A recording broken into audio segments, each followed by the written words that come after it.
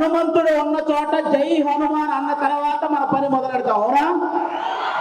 శ్రీరాముడు ఉన్న చోట జై శ్రీరామ్ అన్న తర్వాత మన పని మొదలెడతాం, అవునా? అలాగే బాలయ్య బాబు గారు ఉన్న చోట జై బాలయ్య అన్న తర్వాత మన స్పీచ్ మొదలెడతాం. ఒక్కసారి జై బాలయ్య అనండి. ఇప్పుడు బాలకృష్ణ గారి గురించి మాట్లాడుకునే ముందు మనం ఒకరి గురించి ఈరోజు మాట్లాడుకోవాలి. ప్రపంచంలో మనం ఏ మూలన ఉన్నా నేను తెలుగువాడిని అని గర్వంగా ధైర్యంగా చెప్పుకుంటున్నాము అంటే ఆ గర్వం పేరు, ఆ ధైర్యం పేరు నందమూరి తారక రామారావు గారు. శ్రీరాముడు శ్రీకృష్ణుడు ఈ దేవుళ్ళు ఎలా ఉంటారో మనకు తెలియదు, కానీ రామారావు గారు ఆ పాత్రలు వేసినప్పటి నుంచి శ్రీకృష్ణుడుగా ఆయన ఫోటోలు ఇంట్లో పెట్టాం, శ్రీరాముడుగా ఆయనకే చేతులెత్తి దండం పెట్టాం, అవునా కాదా?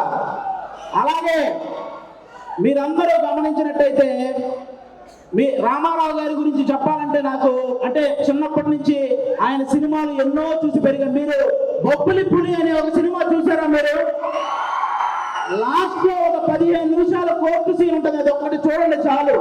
ఆయన గాంభీర్యం, ఆయన బాడీ లాంగ్వేజ్, ఆయన డైలాగు మాడ్యులేషన్, అలాంటి వ్యక్తిని పుట్టిన ప్రతి ఒక్కరూ స్మరించుకోవడం తప్ప మళ్ళీ అలాంటి నటులు అలాంటి నాయకులు మళ్ళీ పుట్టరు.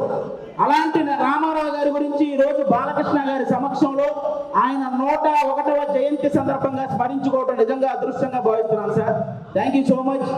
రాజకీయాలు చేస్తూ కాపాడుకుంటూ వస్తున్న వ్యక్తి మన నందమూరి బాలకృష్ణ గారు. నందమూరి బాలకృష్ణ గారు మీరందరూ గమనించినట్లయితే చాలా మంది బాలకృష్ణ గారు ఎవరినో కొట్టారు, బాలకృష్ణ గారు ఎవరినో తిట్టారు అని రాస్తుంటారు. కానీ బాలకృష్ణ గారు కొన్ని వేల మంది పేద ప్రజల బతుకులు నిలబెట్టారు, అది రాయాలి. సినిమాలు రాజకీయాలు చేయటం పెద్ద విషయం కాదు, కానీ బసవతారకం అనే ఒక క్యాన్సర్ హాస్పిటల్ ద్వారా ఎంతో మంది పేదవాళ్ళకి సహాయం చేయడం అనేది నిజంగా చాలా చాలా పెద్ద విషయం, చాలా గొప్ప విషయం. ఈ సమాజంలో ఎంత మందికి భయం బాధ్యత ఉన్నాయో నాకు తెలియదు, కానీ బాలకృష్ణ గారితో పనిచేసే ప్రతి ఒక్కరికి ఆ భయం బాధ్యత రెండూ ఉంటాయి. ఇదైతే షూర్. అంటే బాలకృష్ణ గారి